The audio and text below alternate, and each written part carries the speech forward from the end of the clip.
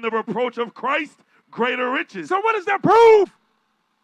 Moses dealt with Christ in the wilderness. Moses dealt with Christ on the mountain. Read. Esteeming the reproach of Christ greater riches than the treasures in Egypt. Read. For he had respect unto the recompense of the reward. Read. By faith he forsook Egypt. See that? By faith he forsook Egypt. Not fearing the wrath of the king. For he endured as seeing him who is invisible. Read. Through faith he kept the Passover and the sprinkling of blood. So wait a minute. Let me back up. For he endured as seeing him who is invisible. Who is that? Back to verse 26. Verse 26, esteeming the reproach of Christ. Stop! Now back to where you was at. Through faith. By faith he forsook Egypt, not fearing the wrath of the king. For he endured as seeing him who is invisible. That was Christ. That was the King of Kings, Lord of Lords. Go ahead. We have a lot of lies and deceit that came from the north.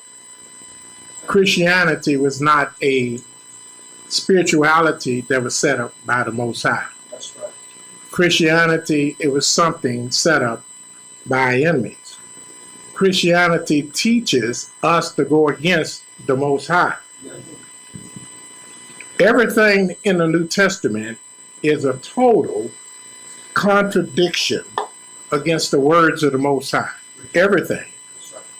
The Most High says he's the only Savior. According to the New Testament, Christ is a Savior. The Almighty says that he is the only King. According to the New Testament, Christ is a Savior. We want to call him a lie. The vast majority of the Israelites around the world teach that Christ is a Savior. Christ is a Son. Christ is another Redeemer, but they want to say that they're Israel. How can you call yourself an Israelite? How can you say you're a son of Abraham, Isaac, and Jacob, and you have somebody else in your mind and your heart that you worship and serve and pray to and confess to and sing to and make a joyful noise to other than the Creator? You are his enemy. And it's our responsibility as your brother to show you the words of the true and living Elohim. This is what thus said Yah. You won't find this in the New Testament. If you read the New Testament, you will find that there's not one mumbling word where the Creator ever spoke to anyone at any time, period. As the bloodline children of Israel according to prophecy. Who is this that cometh from Edom with dyed garments from Bozrah? So yeah, some of them went back home. But we're setting the record straight. Right? Right? That is this that is glorious in his apparel, read, traveling in the greatness of his strength, read, I that speak in righteousness, mighty to save. I that speak in righteousness, mighty to save. Save. Mighty to save. Mighty, read it again. Traveling in the greatness of his strength. I that speak in righteousness, mighty to save. Mighty to save. Yeshaya, folks.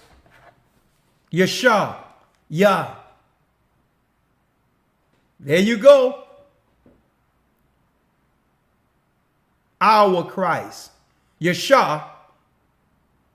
But when you look at it, when it's our anointed or our Savior, it's Yeshua. Look at that. That's him. Do you see it? Yeshua.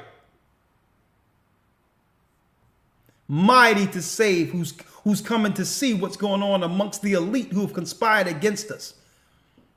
Bozrah. It's speaking of what?